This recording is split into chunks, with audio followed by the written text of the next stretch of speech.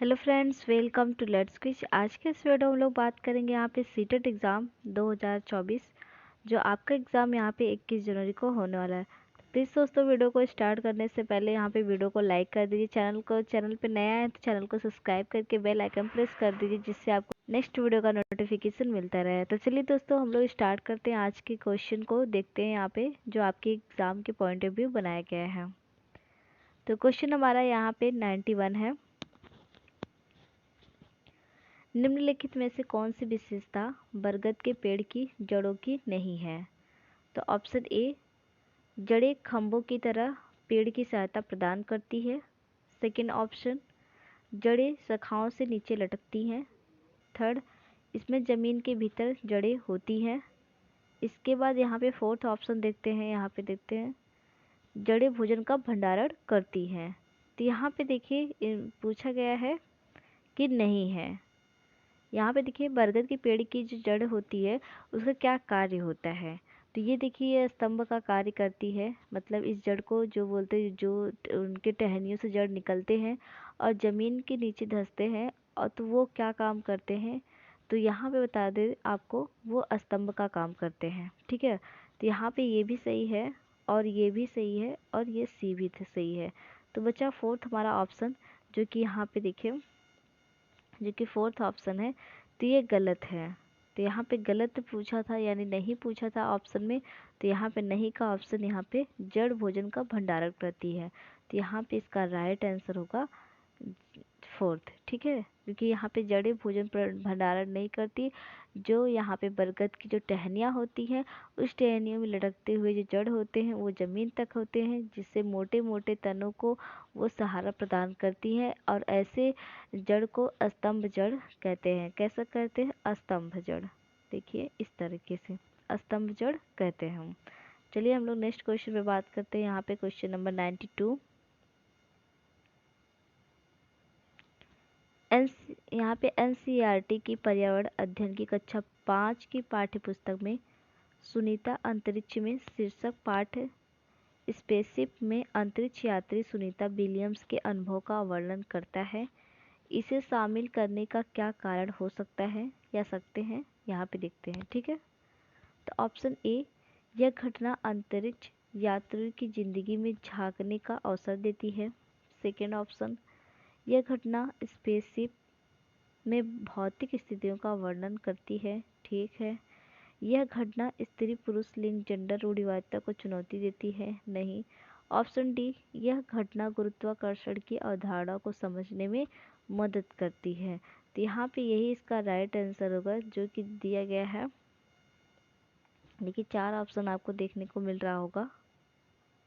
तो चार ऑप्शन में देख सकते हैं, जो कि यहाँ पे सिर्फ यहाँ पे झांकने का ऐसा अवसर देती है, ये कोई बात नहीं। यहाँ पे ये भी जो कि है, एक मिनट। तो यहाँ पे देखिए सारे के सारे आंसर सही है। ऑप्शन नंबर यहाँ पे डी। ठीक है, अब हम चलते हैं हमारे नेक्स्ट क्वेश्चन पे। क्वेश्चन नंबर यहाँ पे 93। मानव के पेट में आमाशय रस की प्रकृति होती है। देखिए यहाँ पे देखिए इस तरीके से आमाशय रस होती है और वह भोजन पचाने में सहायता करता है। तो कैसा होता है? जो आमाशय जो होता है, जो यहाँ पे आमाशय होता है जिसमें पेप्सिन और यहाँ पे पेप्सिन तरीके का एंजाइम पाया जाता है। तो यहाँ पे देखिए मानव के पेट में आमाशय रस की प्रकृति होती है और भोजन पचाने में सहायता करता है। तो वहाँ पे कौन सी क्षार या अम्ल पाया जाता है? यहाँ पे ये बात की जा रही। तो ऑप्शन ए क्षारी होता है, या फिर ऑप्शन सेकंड उभयधर्मी होता है, ऑप्शन थर्ड उदासीन, या ऑप्शन फोर्थ अम्लीय। तो यहाँ पे क्या होता है बताइए? तो यहाँ पे इसका राइट आंसर होगा ऑप्शन नंबर यहाँ पे थर्ड के साथ जाएंगे, क्योंकि जो आमाशय रस में होती है उसकी जो प्रकृति होती है वो अम्लीय होती है। तो इससे क्या होता है? भोजन आसानी से पच जाता है। ठीक है, अब हम चलते हैं नेक्स्ट क्वेश्चन पे। क्वेश्चन नंबर यहाँ पे देख सकते हैं, जो कि 94 है। नीचे पौधे के बारे में बच्चों के कुछ सहजानुभूत विचार दिए गए हैं। इनमें से कौन सा विचार वैज्ञानिक दृष्टि से ठीक है? तो बताइए, जो पौधे के बारे में बच्चों का जो यहाँ पे सहजानुभूत मतलब सहज अनुभूत के विचार दिए गए हैं। तो यहाँ पे देखिए ऑप्शन ए, घास पौधा नहीं है। सेकेंड ऑप्शन, कुछ सब्जियां फल होती हैं। ऑप्शन थर्ड, बीज किसी पौधे का हिस्सा नहीं होते हैं। ऑप्शन फोर्थ, गाजर और बंद गोभी पौधे नहीं होते हैं। तो यहाँ पे बताइए क्या आंसर होगा। ये समझिए कि जो पौधे के बारे में बच्चों के कुछ सहज अनुभूत विचार दिए गए हैं, इनमें से कौन सा विचार वैज्ञानिक दृष्टि से ठीक है। यहाँ पे आपको बता दें कि यहाँ पे इसका सेकेंड ऑप्शन बेस्ट ऑप्शन है, जो कि विज्ञान दृष्टि से ठीक है कि कुछ सब्जियां फल होती हैं। यहाँ पे देखिए घास पौधा नहीं है, और यहाँ पे बीज किसी का हिस्से का नहीं है, और गाजर और बंद गोभी पौधे नहीं है। तो यहाँ पे देखिए नहीं नहीं है, जो कि ये सारी चीज़ें हैं। तो इसलिए हमारे सारे ऑप्शन गलत होते हैं। यहाँ पे सिर्फ option third option right answer, sorry third नहीं, सेकेंड ऑप्शन सही है। अब हम चलते हमारे क्वेश्चन यहाँ पे देखिए 95। एक शिक्षक अपने विद्यार्थियों को विभिन्न पशुओं के चित्र देता है। ठीक है, कि एक शिक्षक जो है अपने विद्यार्थियों के, यानी अब जो उस क्लास में जाता है उस बच्चों को वहाँ पे विभिन्न पशुओं को चित्र देते हैं, मतलब वहाँ पे जो जानवर होते हैं उनका चित्र बना देता है, और उन पशुओं पर रंग भरने को कहता है जो हमारे घरों में नहीं रहते। इस क्रियाकलाप का उद्देश्य क्या होगा। तो ऑप्शन ए सृजनात्मकता का विकास करना, या ऑप्शन बी अवलोकन का विकास करना, या ऑप्शन सी वर्गीकरण का विकास करना, या ऑप्शन फोर्थ देखते हैं क्या है, डाटा संग्रह का विकास करना। तो आपको हम बता दें यहाँ पे क्या सही होगा। तो चलिए देखते हैं हम।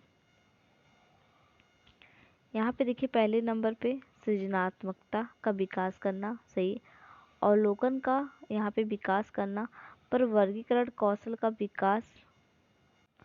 विकास करना वो भी सही। यहाँ पे हमारा जाते हैं हम यहाँ पे 95 का आंसर ए बी सी। ठीक है, यहाँ पे ये डाटा संग्रह का विकास करना ऐसा कुछ भी नहीं है। अब चलते हैं नेक्स्ट क्वेश्चन पे। क्वेश्चन नंबर यहाँ पे 96। वाष्पीकरण विषय पर बच्चों की विविध सोच का आकलन करने के लिए निम्नलिखित में से कौन सा प्रश्न एक नमूना हो सकता है। मतलब वाष्पीकरण जो विषय है उस पर विविध सोच का आकलन करने के लिए बोलता है। तो देखिए यहाँ पे विविध प्रकार का आकलन कैसे होता है, यानी अपसारी। तो यहाँ ऑप्शन ए, जल चक्र का आरेख बनाइए और उसे नामित कीजिए। सेकेंड ऑप्शन, जल चक्र के 5 लाभ लिखिए, यानी ये तो अभिसारी का मतलब हो गया। थर्ड क्या है, क्या होता है यदि जल चक्र होता ही नहीं तो। ऑप्शन फोर्थ, जल चक्र के क्रम में सोपानों की सूची बनाइए। तो यहाँ पे सबसे ज़्यादा बच्चा एक्टिविटी करेगा यहाँ पे ऑप्शन थर्ड में, क्या होता है यदि जल चक्र होता ही नहीं। चलिए हम नेक्स्ट क्वेश्चन में बात करते हैं हम। क्वेश्चन नंबर, निम्नलिखित में मच्छरों द्वारा फैलने वाले रोगों का समुच्चय कौन सा होगा। तो डेंगू, मलेरिया, चिकनगुनिया। फिर इसके बाद यहाँ पे देखिए सेकंड, मियादी बुखार, हैजा, चिकनगुनिया। थर्ड यहाँ पे malaria, HIV AIDS, dengue. Option fourth, HIV AIDS, हैजा, डेंगू। तो आपको बता दें जो मच्छरों के द्वारा काटने वाला जो रोग होता है, यानी कौन सा रोग होता है, यहाँ पे यही समुच्चय की बात की जा रही है। तो यहाँ पे ऑप्शन नंबर हमारा फर्स्ट, डेंगू, मलेरिया, चिकनगुनिया। तो चलिए हम लोग नेक्स्ट क्वेश्चन में बात करते हैं। यहाँ पे देखिए क्वेश्चन नंबर 98। किसी पशु के विषय में नीचे दिए गए विवरण को पढ़िए और उस पशु को चुनिए। ऑप्शन यहाँ पे देखिए दिया गया, पहले हम इसका कंटेंट पढ़ते हैं।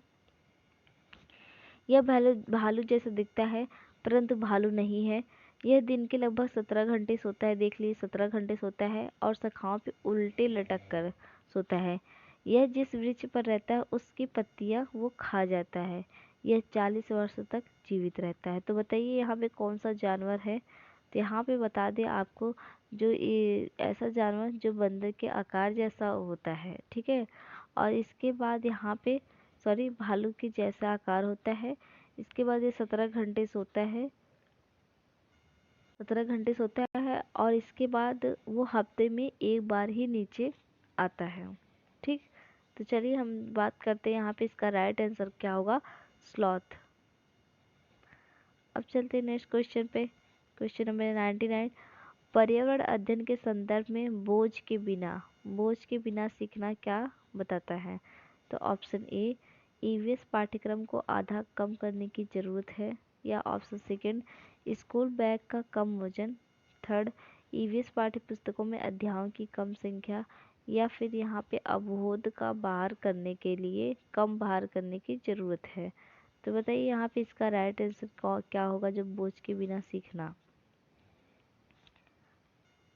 तो आपको बता दें यहाँ पे इसका राइट आंसर होगा ऑप्शन नंबर फोर्थ, जो कि अवरोध का भार कम करने की ज़रूरत है। क्योंकि कोई चीज़, जो चीज़ यूजलेस है, उसे पढ़ के क्या मतलब निकलेगा, यहाँ पे एनसीएफ यही बताती है। अब चलते हैं नेक्स्ट क्वेश्चन पे। महिलाओं पुरुषों की तुलना में कमज़ोर है, यह एक है, तो क्या है? चलिए देखते हैं। अंधविश्वास, मिथक, या वैज्ञानिक तथ्य, या रूढ़िवादिता धारणा। तो आपको बता दें यहाँ पे देखिए, यहाँ पे आपको बता दें ऑप्शन नंबर फोर्थ, रूढ़िबद्ध धारणा। ये जरूरी नहीं है जो इंसान यहाँ पे आदमी कर सकता है वो औरत नहीं कर सकते, ये दोनों ही कर सकते हैं। तो यहाँ पे रूढ़िवादिता धारणा उत्पन्न हो रही थी जो इस क्वेश्चन में। क्वेश्चन नंबर यहाँ 101 पे हम पहुँच गए हैं। सो क्वेश्चन हमारा कंप्लीट हो गया है। इसी बात पे आप एक इस वीडियो को लाइक ज़रूर कर दीजिएगा। भारत में किस क्षेत्र में स्थानांतरित खेती करने का प्रचलन है? ऑप्शन ए, दक्षिण पूर्वी क्षेत्र, ऑप्शन सेकंड, उत्तर पूर्वी क्षेत्र, यहाँ पे थर्ड, दक्षिण क्षेत्र, ऑप्शन फोर्थ, उत्तर पश्चिमी क्षेत्र। तो हम आपको बता दें, जो स्थानांतरित कृषि होती है वो सबसे ज़्यादा आपके उत्तर पूर्वी क्षेत्र में देखी जाती है, इसलिए हमारा ये राइट आंसर। हम चलते हैं नेक्स्ट क्वेश्चन पे। गोलकोंडा किला किसने बनवाया? तो ऑप्शन ए, पल्लव वंश, सेकंड, चोल वंश, थर्ड आपका चालुक्य राजवंश, ऑप्शन फोर्थ, काकतीय राजवंश। तो गोलकोंडा किला किसने बनवाया था, यहाँ पे ये क्वेश्चन आपसे पूछा जा रहा है। तो यहाँ पे बता दें आपको, सबसे इसका राइट आंसर होगा, जो गोलकोंडा किला है वो काकतीय राजवंश ने बनवाया है। तो यहाँ पे इसका राइट आंसर होगा फोर्थ। अब चलते हैं हमारा नेक्स्ट क्वेश्चन, यहाँ पे क्वेश्चन नंबर 103। एक बिल्ली का विघटन दर और डैश पर निर्भर करती है?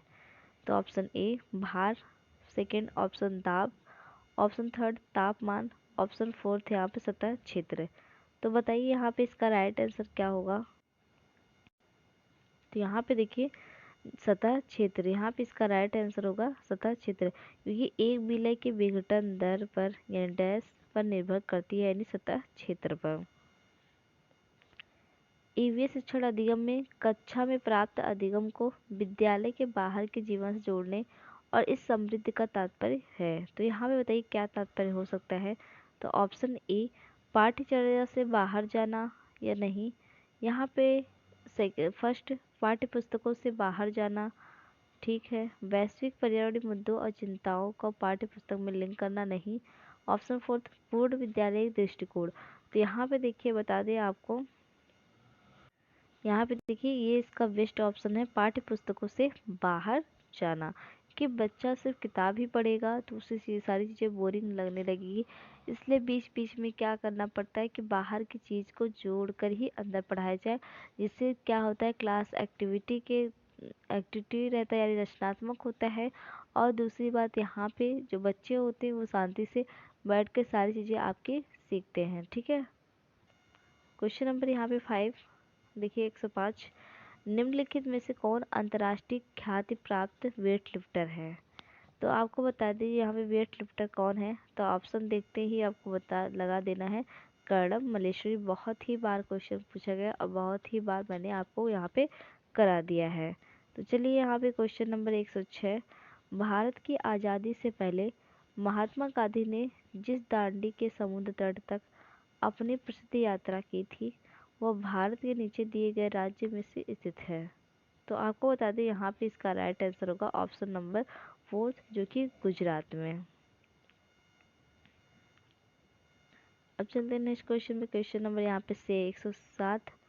एनसीए 2005 के अनुसार निम्नलिखित में से क्या प्राथमिक स्तर पर पर्यावरण अध्ययन शिक्षण का उद्देश्य नहीं होना चाहिए, मतलब नहीं होना चाहिए, यहाँ पे ये पूछा गया है। तो यहाँ पे आपको बता दें, विशेष प्राकृतिक पर्यावरण के प्रति बच्चे का जिज्ञासा एवं सृजनात्मकता को बढ़ावा देना, ये तो सही बात है, इसलिए नेगेटिव पे नहीं जाएगा। सेकंड ऑप्शन चेक करते हैं, अवलोकन, वर्गीकरण और निष्कर्ष निकालने आदि प्रक्रियाओं के माध्यम से बुनियादी संज्ञानात्मक और गत्यात्मक कौशल प्राप्त करने के लिए खोजबीन से जुड़ी और हाथों से करने वाली कार्यों में बच्चों का संलग्न करना, यही यहाँ पे सेकंड ऑप्शन है। थर्ड ऑप्शन क्या है, प्राकृतिक, सांस्कृतिक एवं सामाजिक पर्यावरण के बीच संबंधों को पहचानने व समझने में बच्चों को प्रशिक्षित करना, ये भी सही बात है। फोर्थ आपका देखते हैं, पर्यावरणीय समझ के द्वारा बच्चों में सटीक संख्यात्मक कौशलों का विकास करना, नहीं, ये आपका गलत है। तो यहाँ पे गलत के साथ यहीं पे जाता है नहीं, ठीक है। तो यहाँ पे इसका राइट आंसर होगा option number fourth. Question number यहाँ पे 8 देखिए, 108, निम्नलिखित में से क्या पर्यावरण अध्ययन के शिक्षक के लिए वांछनीय गतिविधियाँ। ऑप्शन ए, विभिन्न कक्षाओं में बहुसांस्कृतिक क्षेत्रों का संबंधित। ऑप्शन सेकंड, पर्यावरण अध्ययन की अवधारणाओं से संबंधित। इसके बाद देखते हैं यहाँ पे, पर्यावरण सूचनाओं के बच्चों में देने के लिए प्रेरित। ऑप्शन थर्ड, पर्यावरण अध्ययन के 6 प्रकरणों को रेखीय आयोजन करना। ऑप्शन फोर्थ, केवल पाठ्य पुस्तकों पर आश्रित करना। तो यहाँ पे आपको बता दें, इसका राइट आंसर होगा ऑप्शन नंबर 1, विभिन्न कक्षाओं व सांस्कृतिक क्षेत्रों में संबंधित करना।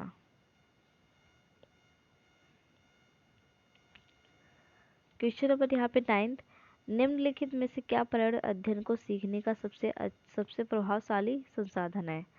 ऑप्शन ए, परिवार सदस्य। ऑप्शन बी, समुदाय के सदस्य। ऑप्शन सी, समाचार पत्र। ऑप्शन डी, कक्षा। तो बताइए यहाँ पे इसका राइट आंसर क्या होगा। ऑप्शन नंबर यहाँ पे ए, बी, सी, बाकी डी गलत है। अब चलते हैं हमारा लास्ट क्वेश्चन। नीचे दिए गए सूची में विचार कीजिए, कछुआ, घड़ियाल, कौवा, बत्तख, मछली, इन सूची में से निम्न में से कौन से दूसरी से भिन्न है।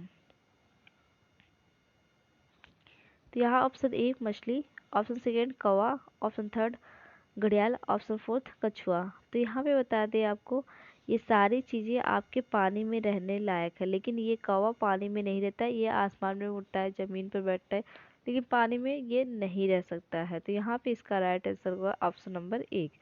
तो बताइए दोस्तों, आपको ये वीडियो कैसी लगेगा। प्लीज़ अगर वीडियो ये पसंद आ रही होगी तो सिर्फ आपको एक लाइक करना है। प्लीज़ वीडियो को लाइक ज़रूर कर दीजिएगा, जिससे हमारा सेशन और लोगों तक पहुंच पाए। तो प्लीज़ दोस्तों, वीडियो को लाइक करके, चैनल पर नए आए हैं तो चैनल को सब्सक्राइब करके बेल आइकन प्रेस कर दीजिए, जिससे आपको हर अपडेट न्यूज मिलता रहे। और इसके साथ साथ आपको वीडियो भी प्रोवाइड की जाती है।